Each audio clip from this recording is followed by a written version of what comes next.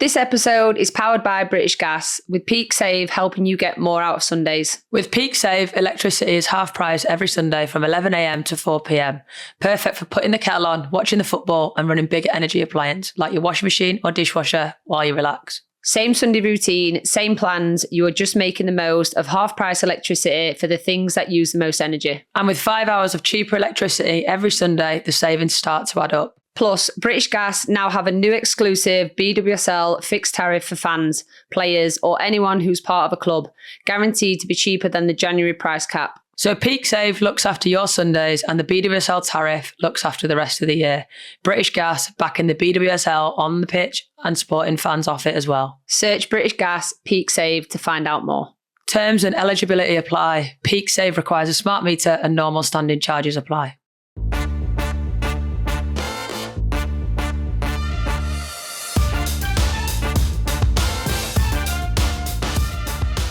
Hello everyone and welcome to Daily Brightness. This episode is normally a Q&A, but this time we've got a little special edition and we are doing Agony Aunts. Seeing as though we all enjoyed them last time. Our favourite. Rach, kick us off. Okay, so the first one is a wedding dilemma and it says, "Hey girls, love the pod. Thank you very much. Appreciate Thank you. it. I'm getting married next year. I've always been a people pleaser, but my dad has consistently let me down and caused hurt. My siblings feel the same but haven't cut contact. I have, and he's made minimal effort since. Over a year, and he hasn't once asked about my children. Am I doing the right thing not inviting him to my wedding? I feel guilty, but I honestly can't stand him anymore. He's never cared." Biggie. I'm going to say your wedding is your wedding, nobody else's. So you need to do what's right for you. But what I will say is if you do think you're going to regret it, you really need to sit and think hard about it. But it's your day, and ultimately you choose what you want to do. Yeah, I'd 100% agree with Rach. And you don't want to regret it in either way. You don't want to regret not having him there, but you don't want to regret having him there and then it being ruined or you feeling a type of way. And like Rach said, what I will say is this is literally yours and your partner's day. So nothing should interfere. It doesn't matter whether they're blood related or not. Nothing should interfere. You dictate every decision, who's there. And if you have the slightest concern that there's going to be drama for it or it's going to ruin your day, then I think you've already got your answer. But there's no right or wrong. I think that's important to state as well. I think, like I said, it's yours and your partner's day. So yeah, we can advise, but ultimately I think you have to make that your decision for you and your partner. Yeah. Think of the scenarios. Think of him been there and think of him not been there and which one probably affects you the most. And if you're getting too anxious about him been there or not been there, I think there's your answer. Yeah, your answer's kind of there. But I hope you come to a decision and I wish you all the best for your wedding. I hope you have a lovely day. Next, I need advice. I'm a single mum. I was out with my best friend of 10 years and her boyfriend was being flirty with me. I told her next day and she accused me of being jealous, but I'm single, saying I crave her boyfriend's attention.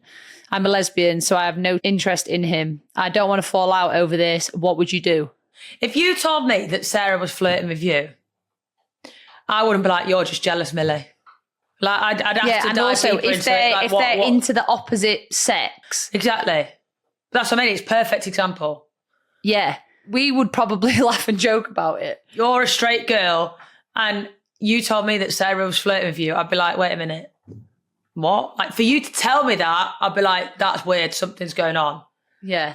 If she's gonna fall out with you over that, then block and delete. Then mate. I think she probably already has concerns, if I'm honest. I think there's already things happening. If that is immediately defensive to you with the context of the situation in terms of you're not into guys and like your best friend of 10 years and the fact that you've gone to her with this, you could have just left it. And luckily, she should see it as luckily he's flirting with you and not someone that's never going to tell you. But equally, yeah, what I don't like about this is the best friend is blaming her. Like, you need to look a little bit closer to her. He's flirting with her. Yeah, that's what I'm saying. It's like the defence, but that's what makes me then think, is there other red flags within the situation? And she's just attacked the first thing at the first opportunity. I don't know, yeah. I mean, like you said, I would never expect you to come at me if I did come to you and say, Bestie's been flirting with me, which she does, of course she does. I'm kidding. I'd be like, first of all, I think I'd be like, okay, what do you mean? I'd need a bit of context. I'd need some examples or like what is it? And then I'd be questioning my partner and being like, listen, like it's not a big deal, but what the hell? Like what's going off? Is it a misunderstanding? I think I'd be more likely to question my partner than I would be questioning my best friend. Yeah, and I wouldn't be getting defensive going, you're an attention seeker, especially if they're single and do you know what I mean? They could go and just be with anyone or whatever.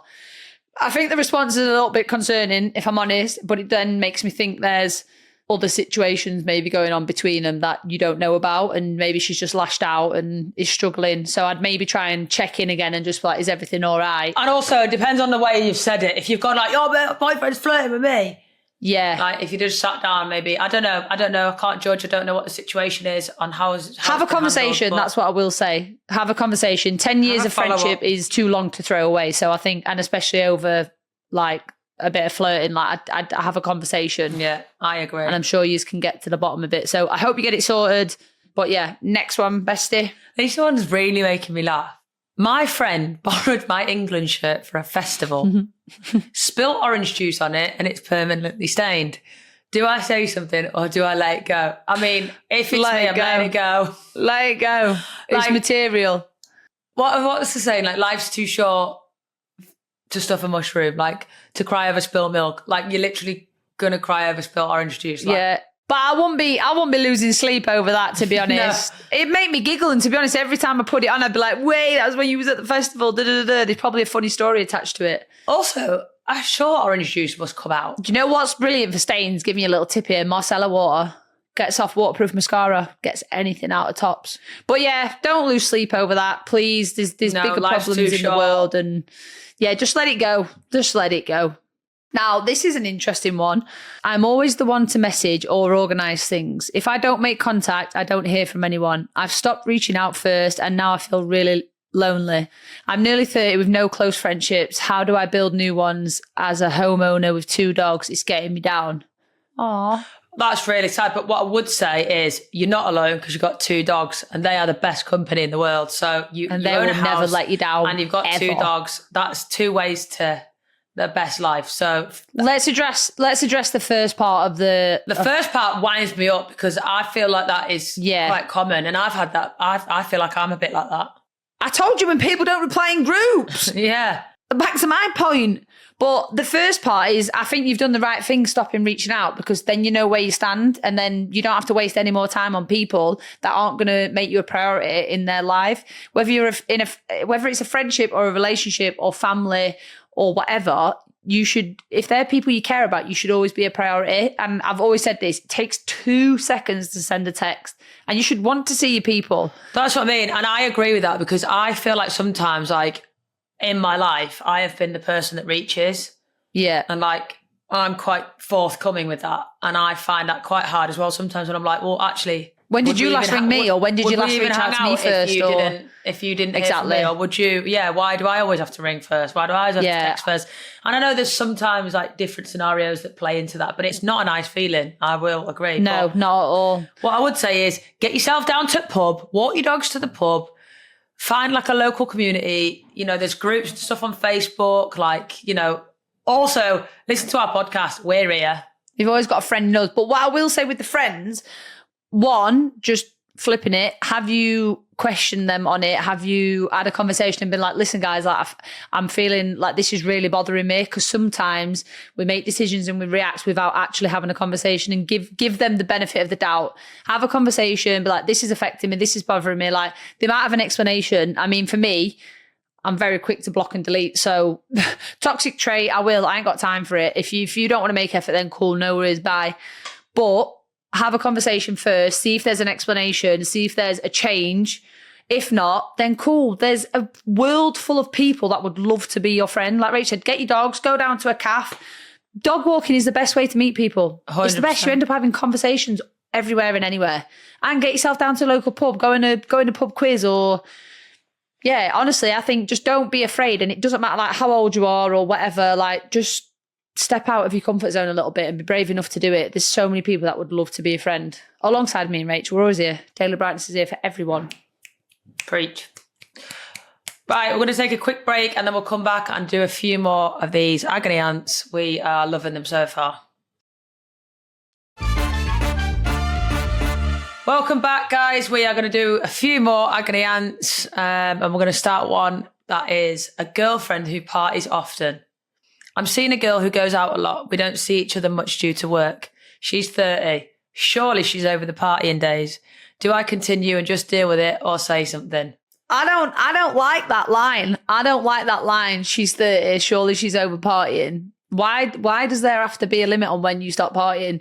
No, Let me I tell agree. you, we're going to be 80 and me and Rachel are still going to be partying together. And I think that line is the one that's like a bit of a hiccup for me. But the first part is they don't see each other much due to work. So to me, it sounds like she's not prioritizing the relationship. So party all you want, in my eyes. If you want to go and party, that's your life. You do that. You still need your own life. But what is the you've work? got work and then you've got party, but where do you meet for the relationship? But we need to know the work hours. Are you on night shifts? Are you in Well, it night just says shifts we on the don't week? see much each other due to work. So that to me means they've probably got the same work patterns, regardless, whatever it is. But then I think just there's think a couple things they need to, you can't figure say out. somebody's too old to party. 30's never too old Hell to be partying. no.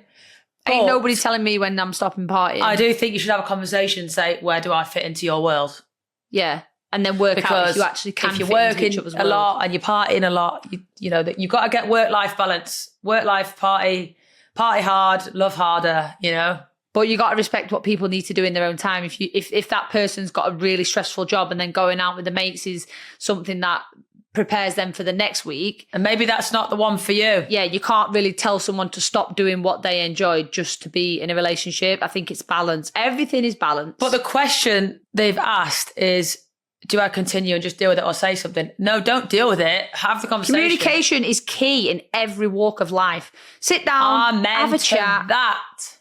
Also, why don't you just get a little bottle of wine if they like partying and then just be like, listen, I want to do a little dinner, bottle We're of going to wine. bring the party back sit to down. my place. Moving on. 25-year age gap crush. I have a massive crush on someone, but the age difference is 25 years. Should I go for it or not? To me, it's not a problem, right? I think that's not that gap isn't too horrific for me. But it depends how old the people are, I think. Because I think once you get like over 30, like those age gaps, like they don't make like Agreed. 30 to Agreed. 55 to me is like, I could meet someone that's 55, I'm like, no way, you look like 40.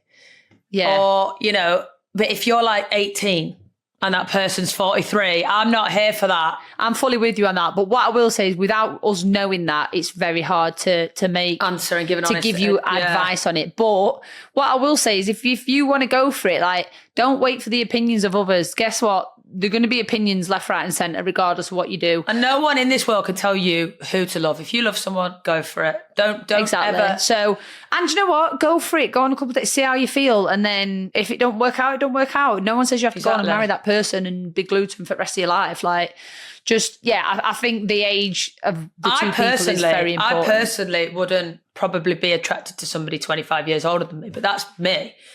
That's not me saying you shouldn't. And it depends what stage you're at in life as well. Like if you came to me and you said to me, you're 32, and you said to me, you've met someone that's 57, my first thought would be, how? And like, I'd ask the question. Who, what, where, when? Yeah, but then I'd be like, do you love them? Yeah, okay, Sam, do it. Yeah, no one can really answer that for you. You've got to answer it for yourself, but just go for it and see how you feel. And then if you're not feeling it, then cool, have a conversation, you go your separate ways. But I think if you go through life wanting other people to make decisions on your relationships or friendships, I think then you're always going to be unhappy. It has to be your decision. You have to be happy. Yeah, go for it. Go for it, girl. Actually, go for it, boy. Don't know, whoever you are. Okay, last one. I coach my 6-year-old daughter's football team. She's ace, a brilliant reader of the game and the queen of assists, but she doesn't see it. She thinks because she isn't scoring all the goals, she's not any good. Now she wants to quit. Has there ever been a time you questioned your own ability, and what advice got you over that hurdle? My ability was always questioned. Always. But what I will say to her is it's not always about the goals, and Millie can give you all that advice. Listen, football, there's more to football than scoring goals. There's assists, there's defending, goal line tackles, there's last-ditch defending, there's amazing saves that get made. And I think just zoom out from the position and zoom into the impact that you have on your team and your teammates. And I do also think it's quite hard as a 6-year-old, isn't it, to see that? But yeah, I think just remind them of having fun. That's the most important thing. And just little reminders that, oh my God, you did that brilliant pass though. And I also think that comes from the coaches, that the environment that you're in. And if because obviously when you're a kid, you want to score, you want to be the superhero, you want to kind of do all that amazing thing. But I think it's up to parents and coaches to remind people of, I don't know, let's just say Sophia might be player of the match, but actually, Harriet, you did an amazing tackle. You did a brilliant block. That's what made the team win. Remind the team and the kids of other moments, not just the superstar moments of scoring goals. Because at that age as well, it's not about individual brilliance. It's all about your kids getting along and the girls getting along with each other and having a good time. So exactly, keep doing those reminders, and tell them to listen to our podcast. We'll give them advice. Yeah, keep going. Right, guys, that is it for the Agony Aunts. We absolutely loved it. Keep sending them in, and there'll be more episodes like this coming your way. Speak soon. Love that limited edition episode. Bye-bye.